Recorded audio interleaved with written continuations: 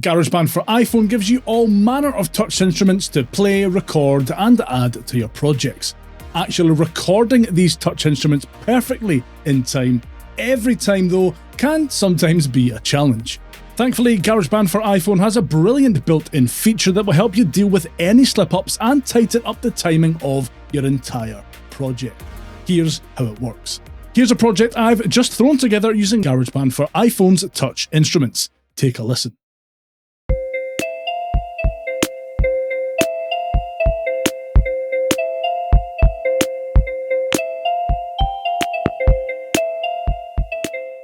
Yeah, you get the basic idea, but there are definitely a few timing issues there. I'll try to tighten up the rhythm section first then.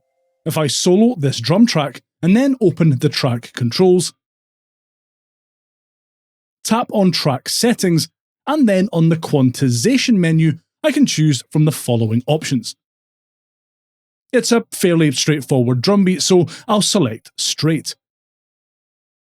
I find that depending on the instrument and recording you're working with, 1/16th is a good place to start when selecting your quantization value.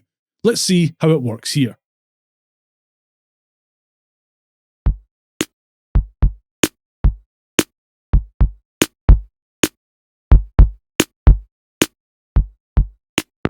It's definitely better, but I'll try the 1/8 option too.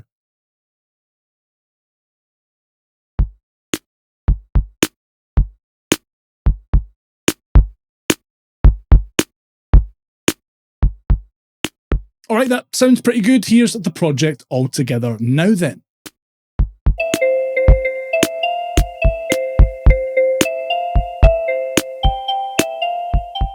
So still, this synth track is a bit out of time. I'll solo this lead track and head back into the controls for it.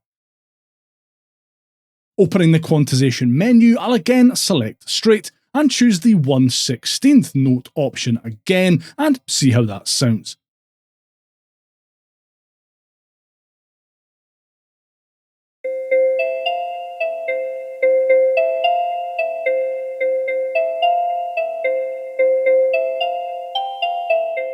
That sounds much better. Let's see how the whole project sounds as a whole now.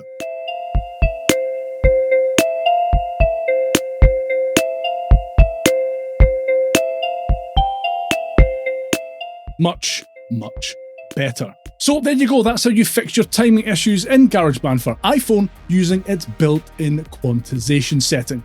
Let me know if you knew about this and if you already use it in your projects down in the comments. And if you found this video helpful, give that like button a wee slap while you're down there. I really appreciate it and it helps more people see the video. And if you like working with bigger projects in GarageBand for iPhone and want to know how to bypass that restrictive 32 track limit, watch this video next.